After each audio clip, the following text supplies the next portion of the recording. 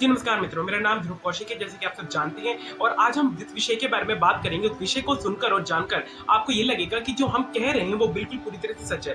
जैसे कि आप सब जानते हैं, जो इंडियन मिडिल क्लास है, इंडियन मिडिल क्लास आज की तारीख में आधे से ज्यादा जो भी सामान वगैरह जैसे आईफोन हो गए, कोई भी कार होगी, कोई भी any kind of other accessories हो गई, वो सारी जो है एक ईएमआई प्लान के द्वारा ली जाती है। मतलब ईएमआई पे ले लेते हैं, ईएमआई लेने पर उसकी ईएमआई चुकाते रहते हैं। तो इससे क्या पड़ रहा है? इससे फर्क ये पड़ रहा है कि वो ईएमआई के बोझ तले अपनी पूरी जिंदगी गुजारते जा रहे हैं और उनको इसका बेनिफिट भी बिल्कुल नहीं मिल रहा है। और लोग, एक बात मैं आपसे कहता हूँ कि लोग आधे से ज्यादा कंजम्पशन कर रहे हैं। मतलब सीधी बात है कि वो जितनी उनकी बचत होती है उससे ज्यादा वो खर्च कर देते हैं, जिससे वो आर्थिक रूप से जो है पूरी तरह सुदृढ़ नहीं हो पाते। और ये एक बहुत ही बड़ा संगीन विषय है, जिस कारण से हमारा जो भारतीय सिस्टम है वो जो है इस मामले को जो है पूरी बरतरफी से ले और इस मामले को जो है फेल हो रहा है। तो अब ऐसी स्थिति में क्या किया जाए और क्या ऐसी योजनाएं अपनाई जाए जिससे जो मिडिल क्लास है वो वापस अपलिफ्ट हो सके और वापस अपलिफ्ट होकर अपनी जो फैमिली वगैरह है उन सबको जो है संभाल सके।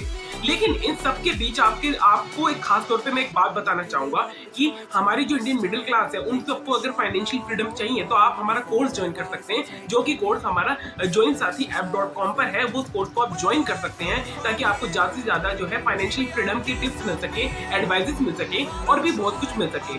तो अगर अब हम बात करते हैं कि क्या सच में जो मिडिल क्लास है वो आधे से जो वर्स्ट जनरेशन जेनजी, मतलब आधे से ज्यादा लोग ये कहते हैं कि ये जो जनरेशन है जेनजी, ये वर्स्ट जनरेशन है, क्योंकि इनको सिर्फ खर्च करने से मतलब है और बचत से इनको कोई भी मतभेद या कोई भी मतलब है ही नहीं।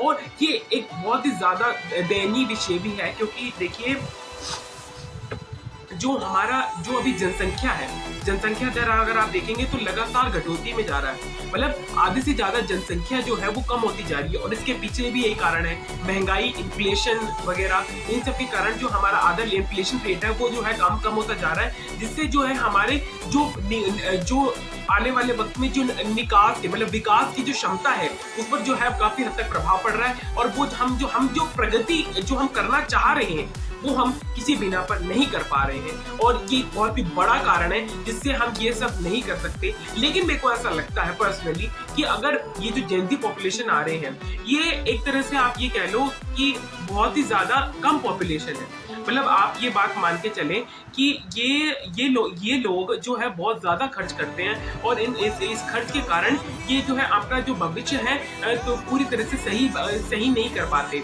और ये बहुत ही ज्यादा जो है एक दयनीय विषय है, क्योंकि आप देखेंगे तो जो गवर्नमेंट भी हमारे से टैक्स लेती है, पूरा टैक्स लेती है, और आधे से ज्यादा जो करप्शन है वो हमारे भारतीय सिस्टम के अंदर है। ये बात जो है प्रूव करती है, और इस बात की जो बात है वो पूरी तरह से प्रूव हो चुकी है।